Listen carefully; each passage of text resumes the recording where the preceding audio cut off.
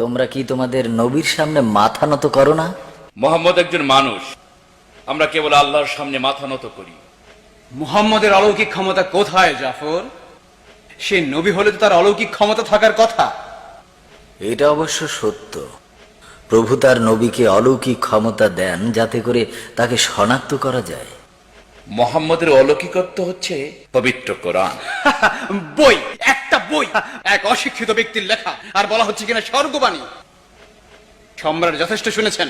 ভবিষ্যৎ দর্শনে বলা আছে, মানব সৃষ্টির সময় ঈশ্বর তার মধ্যে এমন ক্ষমতা প্রদান করেছিলেন যাতে করে তারা পৃথিবীর বিভিন্ন ভাষায় কথা বলতে পারে। তো এ ধরনের অলৌকিক ঘটনা আমাদের সময় কি আর ঘটে? আমি অনেক শুনেছি, তোমাদের যুক্তিটা দুর্বল।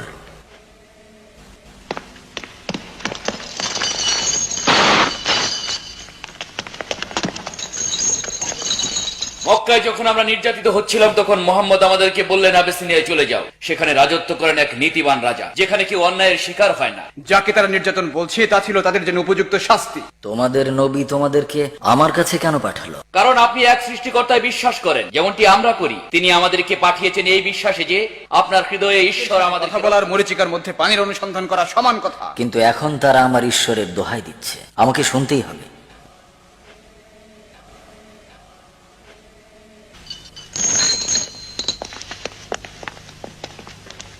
বলে যাও।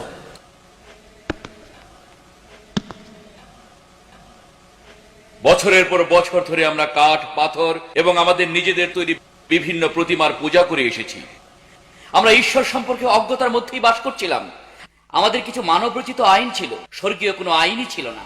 ধনীরা গরিবদের অবহেলা করত এবং মানুষের স্বাভাবিক মানবিকতা বোধ, যেখানে ভাই ভাইকে সাহায্য করবে, তারা এসব কিছু নিষিদ্ধ করে দিয়েছিল, ব্যাহত করেছিল সমাজের স্বাভাবিক গতিধারাকে। এই ধরনের অমানবিকতার মাঝে একজন পুরুষ আসলেন, যাকে নির্বাচিত করেছেন স্বয়ং আল্লাহ এবং যাকে আমরা বিশ্বাস করি।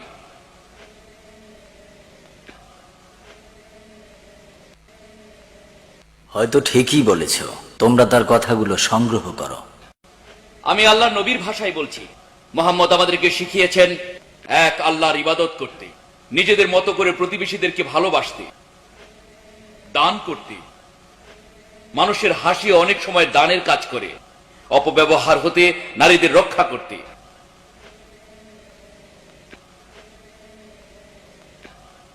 এতিমদের আশ্রয় দিতে এবং কাঠ পাথরের দেবতা হতে মুখ ফিরিয়ে নিতে। আমি নীরবে দাঁড়িয়ে আর দেবতাদের এরূপ অপমান সহ্য করতে পারছি না। আমরা এক প্রাচীন সভ্যতার ধারক। আমাদের দেবতাদের মৃত কাঠ আর পাথর বলা তাদের অজ্ঞতারই পরিচায়ক। প্রতিমাগুলো কেবল প্রতীকের জন্য, পুজোর জন্য নয়। ওগুলোর মধ্যস্থিত শক্তি আসল প্রভু। আমি স্বীকার করি যে প্রতিমাকে সবসময় সম্পূর্ণরূপে উপলব্ধি করা হয়নি। ধন্যবাদ। এবার আপনি আমায় ওদেরকে নিয়ে যাবার অনুমতি দিন। আল্লাহ নরনারী সৃষ্টি করেছেন একে অপরের সঙ্গী হিসাবে। তারা আলাদা কিন্তু সমান। সমান?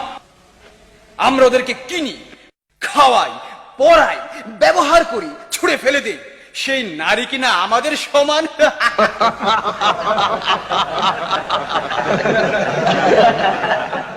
আল্লাহ মানুষ সৃষ্টি করেছেন একজন নর ও একজন নারী হতে।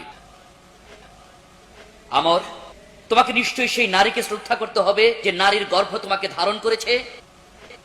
তোমাদের ওই 300 দেবতা এত নিশ্চুপ কেন? আর একমাত্র ঈশ্বর কেন এত সরল? আল্লাহ আমাদেরকে পূর্বেও এই কথাগুলি বলেছেন, ইব্রাহিম, নূহ, মুসা ও ঈসার মাধ্যমে। তাহলে মুহাম্মদের মাধ্যমে ওই একই কথা শুনে কেন আমরা এত অবাক হচ্ছি? ওই নামগুলো তোমাকে কে শেখালো? এই নামগুলো কোরআনেই আছে। মুহাম্মদ শিখিয়েছে যে একটি এতিম মেষপালক ছাড়া কিছু নয়। আর আমরা জানি খ্রিস্ট ছিলেন কাঠের কারিগর। খ্রিস্ট যা বলেছেন তোমাদের মুহাম্মদও তাই বলেছেন। ব্যাপারটি যেন একই বাতির দুটি আলোকরশ্মি। তারা মিথ্যা বলছে। তারা যিশুকে অস্বীকার করে। তারা বলে যে আপনাদের 3 জন দেবতা, পিতা, পুত্র আর পবিত্র আত্মা। তোমরা খ্রিস্টের ব্যাপারে কি বলো? তারা বলে যে ঈশ্বরের কোনো পুত্র থাকতে পারে না, যিশু ঈশ্বরের পুত্র নয়। আমাকে খ্রিস্টের ব্যাপারে বলো। আমরা খ্রিস্টের ব্যাপারে তাই বলি যা নবী আমাদের বলেন। আল্লাহ তার পবিত্র নূর মরিয়ম নামক কুমারীর গর্ভে সঞ্চালন করেন এবং মরিয়ম যিশুকে গর্ভে ধারণ করেন আল্লাহর প্রতিনিধি হিসাবে। প্রতিনিধি বলছে, পুত্র কিন্তু বলে নাই। তোমাদের অলৌকিকত্ব, তোমাদের কোরআন আমাদের প্রভু যিশুর জন্ম সম্পর্কে কি বলে? আমি তাহলে উদ্ধৃতি করি,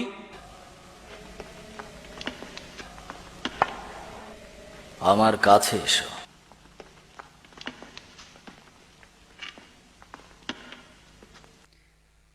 পরম করুণাময় অসীম দয়ালু আল্লাহর নামে শুরু করছি।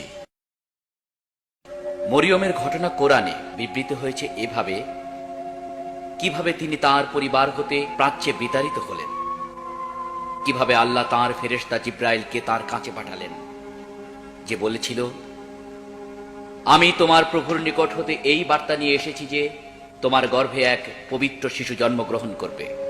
তিনি বললেন, আমি মরিয়ম কিভাবে গর্ভধারণ করব যখন কোনো পুরুষ আমাকে স্পর্শও করেনি?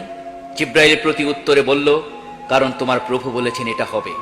আমি তাকে প্রতিষ্ঠা করেছি মানুষের আদর্শ রূপে এবং আমার করুণা রূপে।